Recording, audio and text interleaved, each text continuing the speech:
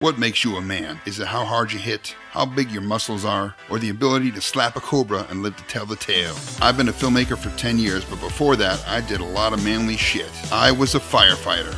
I'm a certified marksman. I was a precision driving instructor. I was a Division II paintball player. I was an NCO in the U.S. Air Force. I was even a cable guy. I'm a certified tactical vehicle and off-road driving instructor. I built an entire addition to a house with my bare hands.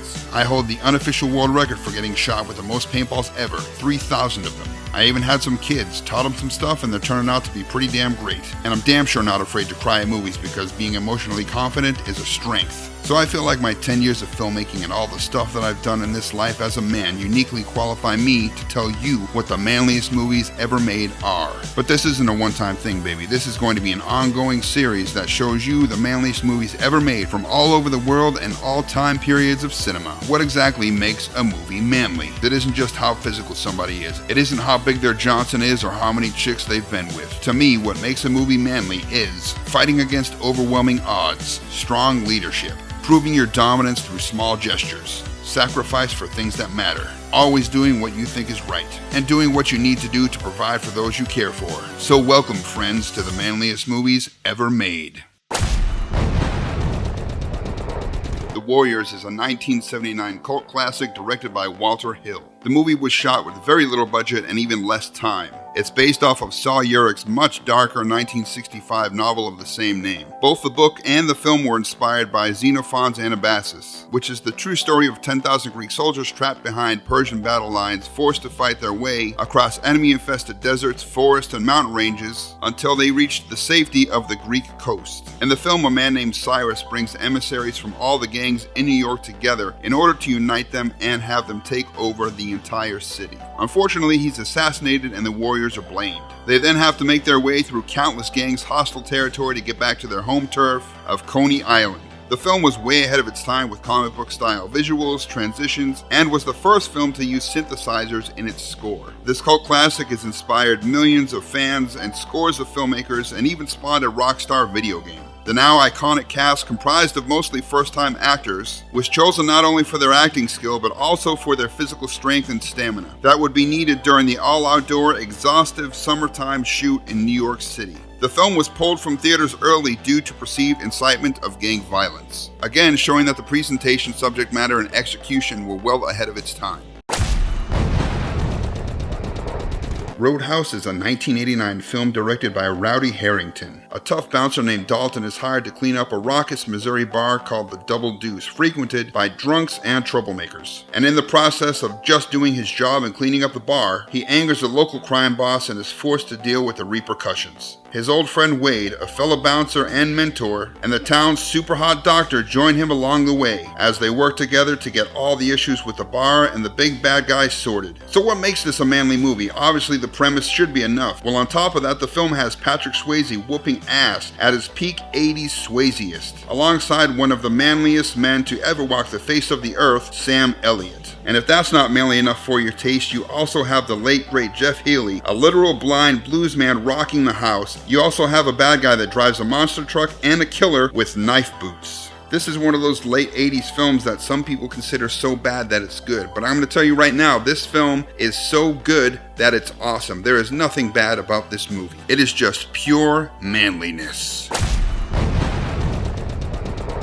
The Dirty Dozen is a 1967 military action flick directed by Robert Aldrich. In the film, an effective but rebellious American major is given the daunting task of turning a dozen hardened criminals into elite paratroopers who will jump in behind enemy lines, where their mission is to basically blow shit up and kill as many Nazi officers as they can. The film and the book of the same name are both inspired by the real-life 1st Demolition Section of the 506th Parachute Infantry Regiment, more famously known as the Filthy 13, because they refused to waste their water rations on bathing and they saved them for eating and drinking. They were in the thick of most of World War II's biggest operations behind enemy lines. Like the soldiers in the film, they only cared about their mission and had open disdain for the other army regulations that interfered. In the film, the men hate each other and the major. He forces them to work together with effective exercises and lets them win by any means necessary, which of course suits their criminal nature just fine. The film is packed to the gills with the manliest actors of the time, all of them gleefully chewing scenery to outshine one another. This is truly a manly military movie.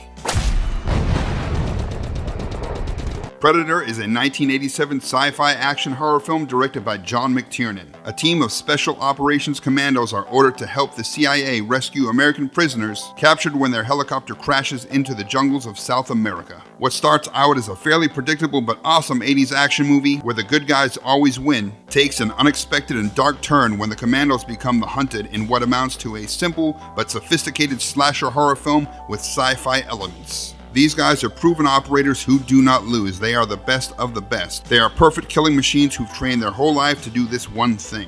So when they start to drop one by one, you know shit is getting serious. Everything about the first act of this movie, from the guns to the handshakes to the one-liners, screams testosterone-fueled alpha males here to kick ass. But its subversion of that premise is what makes it so damn amazing and memorable. This movie treats all of the men in it, especially Arnold, as total badasses, but adds a touch of vulnerability and a realistic twist. And don't forget one of the coolest baddies ever on screen with an amazing motivation that just serves to reinforce it and the protagonist's lethality. The creature and the men fighting it are manliness personified.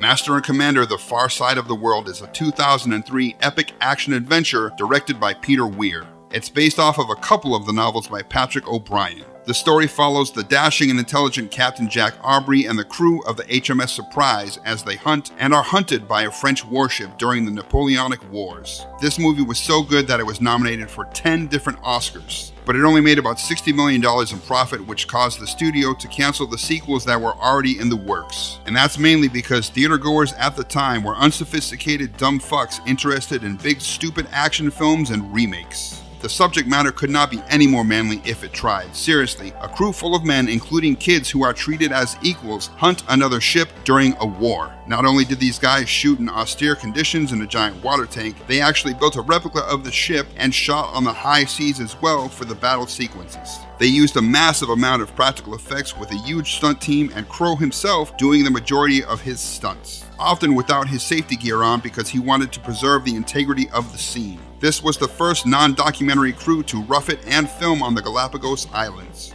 The battle scenes, which were divisive at the time and turned off many potential viewers, were shot in a documentary style and are some of the most realistic, gory, and intense fights ever put to film. Master and Commander: The Far Side of the World is in my top 3 manliest movies ever made, period.